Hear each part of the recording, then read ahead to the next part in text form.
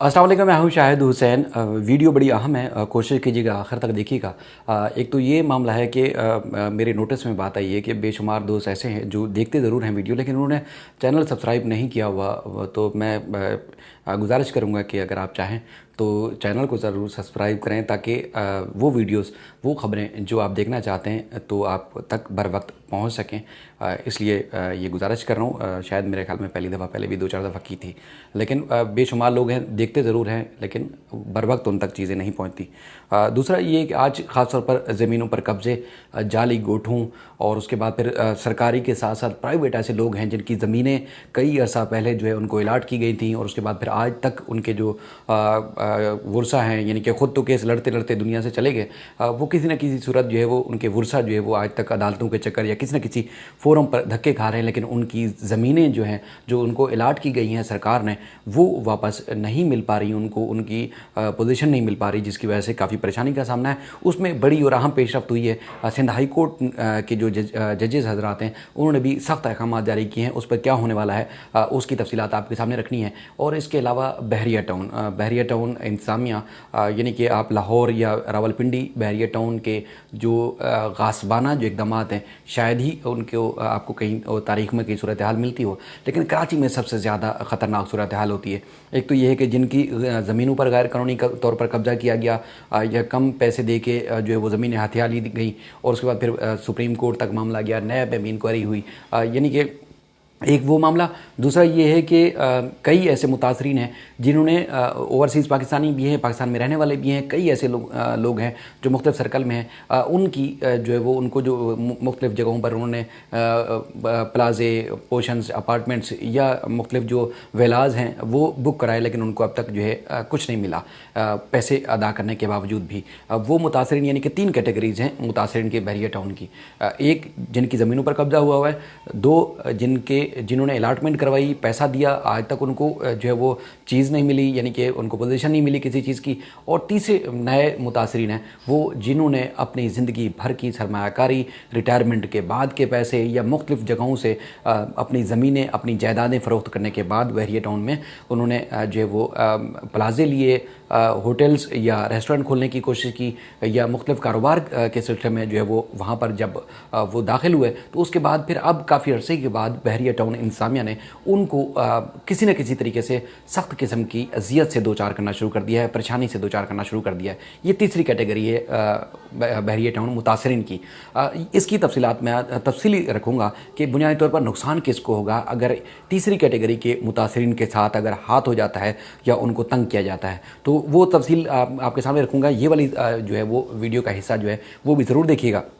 सबसे पहले तो मैं आपको बताता हूँ, जो मलीर के मुख्तलिफ इलाकों में लैंड माफिया के खिलाफ जो भरपूर क्रैकडाउन होने जा रहा है, फैसला किया गया है। डिप्टी कमिश्नर ने जो मुख्तलिफ जो इंतज़ामिया हैं, मुख्तलिफ जो इदारे हैं, उनको ख़तूत लिखे हैं और ऑपरेशन करने की तैयारी की गई है। उसमें फोर्सेस भी जो है वो तलब की गई हैं, जिसमें पुलिस, रेंजर्स और दीगर जो अहकामात, दीगर जो महकमे हैं, उनसे इस्तदा की गई है कि वो इस जो मुहिम होने शुरू होने वाली है, जो कि बहुत जल्द शुरू होगी, उस मुहिम में उनका हिस्सा दें। इसमें डिप्टी जो कमिश्नर मलीर है गंवर अली लगारी, उन्होंने एंटी इंक्रोचमेंट पुलिस को जो अहकामात दिए हैं। उसके अलावा तमाम असिस्टेंट कमिश्नर, मुख्तार कार, रेवेन्यू अफसरान समेत ज़िले जो पुलिस है, इसके अलावा डीएमसी अमले को भी हिदायत दी गई हैं। और इसमें एक चीज़ थी कि 30 साल के लिए लीज़ दी जाती थी महकमा बोर्ड ऑफ रेवेन्यू की ज़मीन, या उसके बाद फिर ज़्यादा अरसे के लिए ज़मीन यानी कि 99 साल की लीज़ दी जाती थी। तो उसमें बहुत सारे लोगों ने यानी कि उसको अपनी ज़ाती मलकियत समझ के बहुत ज़्यादा या बहुत बड़े पैमाने पर प्रोजेक्ट्स बनाना शुरू कर दिए हैं। उसमें जो इंतज़ामिया है वो कहती है कि 30 साल लीज़ के ऊपर ना तो गोठ जो है किसी तरीके से आबाद किए जाते हैं और ना ही कोई और जो है मंसूबे बनाए जा सकते हैं, इसलिए ये सारे अमल जो है गैर कानूनी है। यानी कि गोट की आबादकारी, जो कि कदीमी गोट नहीं है, गोट तो वो है जिनकी तारीख है, यानी कि पाकिस्तान से पहले भी गोट आबाद थे, वो उनकी तो कानूनी हैसियत है, लेकिन पाकिस्तान के बाद जो मुख्तलिफ पाकिस्तान के क़याम के बाद जो मुख्तलिफ नामों से गोट बनाए गए हैं वो गैर कानूनी है। अदालतों में भी ये बात साबित हो चुकी है, वाज़ेह हो चुकी है, और अब इंतज़ामिया ने भी उन गोठों के खिलाफ कार्रवाई करने के लिए जो है वो शुरू कर दी है, प्लानिंग करना शुरू कर दी है। और जिसमें जो गैर कानूनी पाकिस्तान के क़याम के बाद जो बनाए गए हैं, यानी कि 30 साल ज़मीन लीज़ पे ली गई और उसके बाद फिर किसी न किसी के नाम पर गोठ आबाद कर दिया गया, तो वो भी गैर कानूनी, उनके खिलाफ भी कार्रवाई होगी। उसमें जो है डिप्टी कमिश्नर ने ख़त लिखा है और उसमें ख़ास तौर पर जो सरकारी ज़मीनों पर जाली हाउसिंग स्कीम बनाई जा रही हैं और गोठ जो बनाए गए हैं उनको मस्मार करने का फैसला किया गया है। जो ख़त है, खतूत की कापी भी आप देखेंगे, जिसमें कहा गया है कि सरकारी ज़मीनों पर जाली हाउसिंग स्कीम गोठों को मस्मार करने का फैसला डिप्टी कमिश्नर ने किया है। और उसके अलावा उन्होंने कहा है कि जो लैंड ग्रेबर्स हैं, यानी कि जो कब्जा माफिया हैं, उनकी लिस्टें तलब की गई हैं। और डिप्टी कमिश्नर मलिर का जो कहना है कि 30 साल जो लीज़ है वो किसी सूरत जो है वो स्कीम या किसी हाउसिंग स्कीम या मनसूबा उस पर जो बनाया जाएगा तो वो गैर कानूनी है। अगर किसी ने बना भी लिया है कि वो भी गैर कानूनी है। और उसके बाद फिर मलिर में जो ज़मीन पर हाउसिंग स्कीम गोठ बनाए गए हैं और उन्होंने कहा ये सारे गैर कानूनी हैं। इन तमाम जाली हाउसिंग स्कीम और गोठों को मस्मार करने का फैसला किया गया है। और उसके बाद फिर जो मुलविस अफसरान हैं या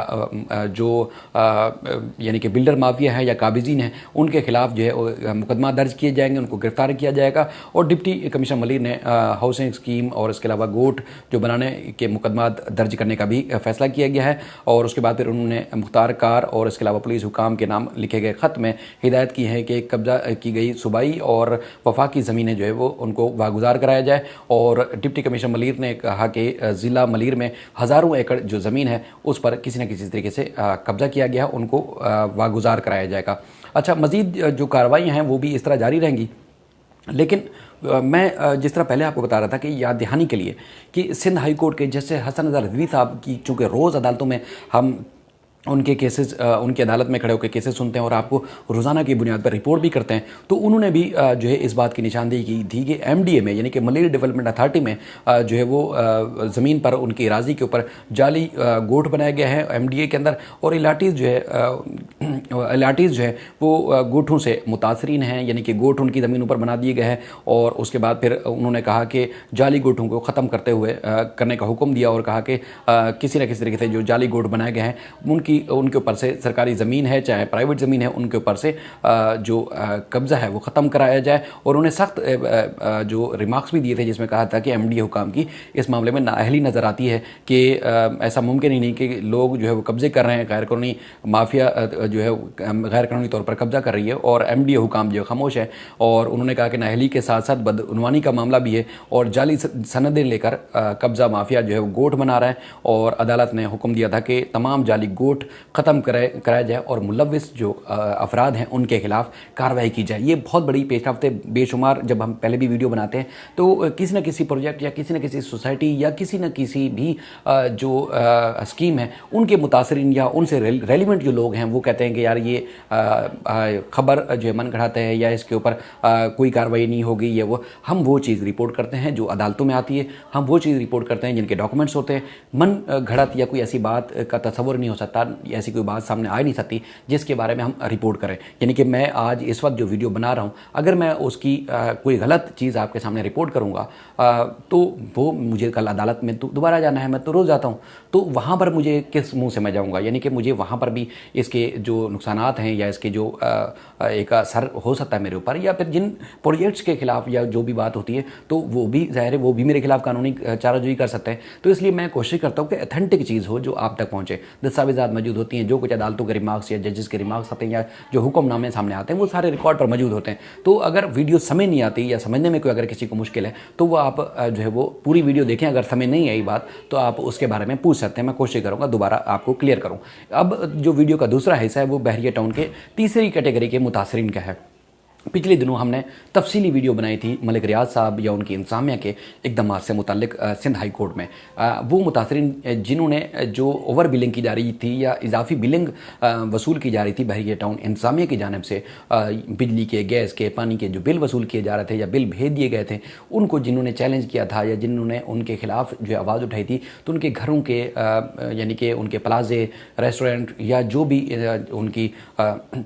वहाँ रिहाइश है उनकी बिजली, पानी और गैस जो है वो काट दिया था उन्होंने। हालांकि पहले सिंध हाई कोर्ट में ये मामले को चैलेंज किया था कि ना तो बहरिया टाउन पिंडी में, ना लाहौर में और ना ही किसी और फोरम पर इस तरह की बिलिंग वसूल की जाती है जिस तरह बहरिया टाउन इंतजामिया कर रही है। जब उन्होंने चैलेंज किया तो उसके बाद भी ये सारी उनके बिजली, गैस, पानी के कनेक्शन काट दिए गए बहरिया टाउन इंतजामिया की जानिब से। उसके बाद उनके घरों के बाहर भी खंदकें खोद दी गई थी, यानी कि ना वो आ सकते थे ना जा सकते थे और सारी बेशुमार किस्म की उनके ऊपर पर मामला शुरू हो गए। अच्छा, ये बहरिया टाउन के जो जब ये chief justice Hind high court की अदालत में एक समाअत हुई तो मैं वहाँ मौजूद था, तो वो पॉइंट जो शायद दब जाते, मैं समझता हूँ कि अगर उस वक्त मैं कमरा अदालत में ना होता तो शायद ये पॉइंट दब जाते, इस पर किसी का फोकस ही ना होता। वो पॉइंट्स या वो चीज़ें जो chief justice Hind high court ने उठाई, यानी कि मैंने पहले भी आपको बताया था कि उन्होंने यानी कि खुले अल्फाज में नहीं, लेकिन उनके अल्फाज का लबोलबाब यही था कि बहरिया टाउन जो तामीर किया गया है, बहरिया टाउन के ऊपर जितनी भी इमारतें बनाई गई हैं उनके पास ना तो एनओसी है, ना उनके पास कोई कंस्ट्रक्शन की जो इजाज़तनामे है, तो फिर कैसे तामीरात हो रही है। यानी कि ये जो जब चीज़ सामने आई, मीडिया तो आपको पता है, जैसे पहले भी मीडिया ने ये चीज़ कोई हाईलाइट नहीं की, तो मैंने अपने व्लॉग में बताई और उसके बाद फिर ज़ाहिर टिकट जो मैंने बनाए वो सोशल मीडिया पे वायरल भी हुए, तो बहरिया टाउन इंतजामिया के पास भी ये बात गई होगी। तो उसके बाद फिर बहरिया टाउन इंतजामिया को मुझे लगता है, ज़राए का कहना है कि रियलाइज़ हुआ कि वो तो गलत रास्ते की तरफ जा रहे हैं, यानी कि एक सुप्रीम कोर्ट में उनको भुगतना पड़ रहा है 460 अरब रुपए, और उसके बाद फिर अगर ये मुतासरीन की जो तीसरी कैटेगरी है इनकी दरख्वास्त के ऊपर सिंध हाई कोर्ट जब एक नया कच्चा चट्टा खुल जाता है तो उनको तो और ज़्यादा मुश्किलात का सामना करना पड़ेगा। तो इसलिए उन्होंने घुटने टेके और उसके बाद फिर बिजली और गैस या पानी जो है वो उन्होंने कनेक्शन बहाल किया, और जो खंदकें खोदी थी उनको भी मेरे ज़राए का दावा है कि उन्होंने भर दिया। अच्छा, अब मैं जो बता रहा था कि नुकसान किसका होगा, बुनियादी तौर पर नुकसान जब ये अगर इस तरह की इकदाम होते हैं,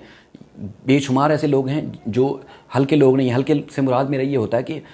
यानी कि वेल मेंटेन, एजुकेटेड और अच्छी फैमिली से ताल्लुक़ रखते हैं, लेकिन इस तरह के कभी वो आताब में मुब्तला नहीं हुए जिस तरह उनको बहरिया टाउन ने आताब में मुब्तला किया है।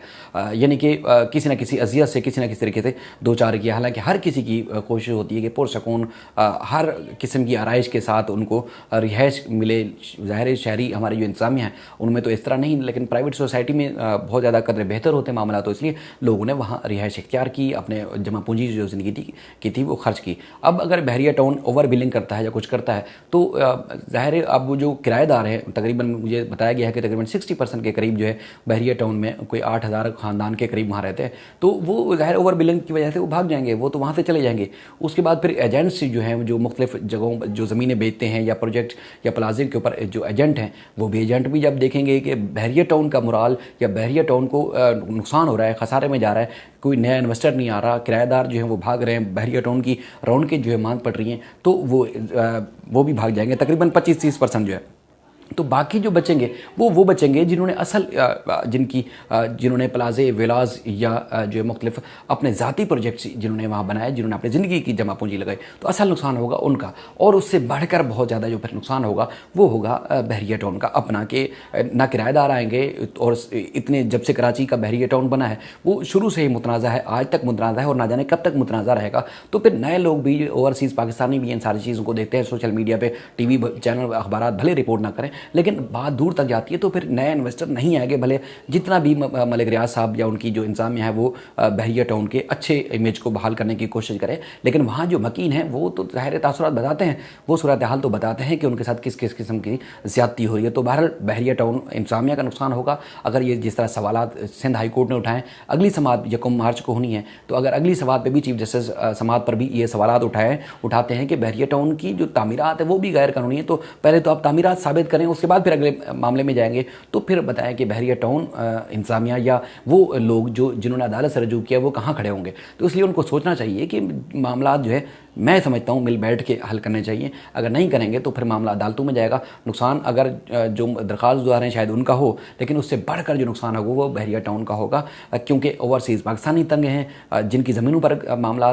कब्जे हो रहे हैं, आज भी कब्जे हो रहे हैं बताया जाता है, तो वो भी तंग हैं और इस तरह फिर नुकसान बेशुमार हो सकता है। तो ये अगर मलिक रियाज साहब या उनके जो अली रियाज साहब हैं, अगर उनको कोई मिसगाइड कर रहा है नीचे की इंतजामिया में से, तो उनको ये सारी चीज़ें सोचनी चाहिए कि जिन्होंने जमा पूंजी अपनी लगा के इन्वेस्टमेंट की है, फूड के उन्होंने रेस्टोरेंट खोले हैं, उन्होंने घर लिए हैं, विलाज लिए हैं, तो उनका नुकसान के साथ साथ आपका बड़ा नुकसान होगा। इसलिए आपको अकल और होश के नागुन लेने चाहिए। ये चीज़ें बताने का मकसद ये है कि मुझे उनसे कोई हमदर्दी नहीं है, लेकिन बुनियादी तौर पर जो बीच में तीसरे दर्जे के मुतासिरीन हैं उनका बड़ा नुकसान होगा, और उनका नुकसान होगा तो अल्टीमेट बहरिया टाउन का नुकसान होगा। मज़ीद भी इस सिलसिले में जो भी अपडेट्स होंगे आपके सामने रखते रहेंगे। अपना ख्याल रखिएगा। अल्लाह हाफ़िज़।